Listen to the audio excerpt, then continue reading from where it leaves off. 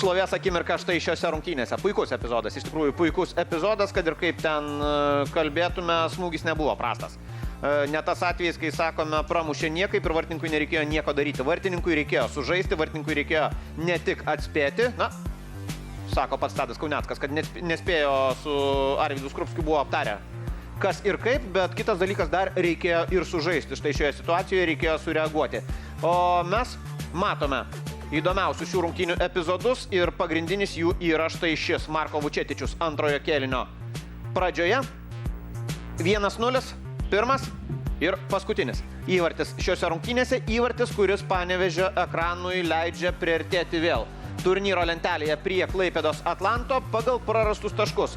Komandos susilygina ir tai reiškia, kad kova dėl medalių Lietuvos čempionate tęsiasi. Taip, galbūt štai šis rezultatas Žalgiriui yra geresnis negu būtų Atlanto pergalė. Tai reiškia, kad artimiausias persekiotojas taškus vis dėlto praranda, bet intriga čempionate išlieka.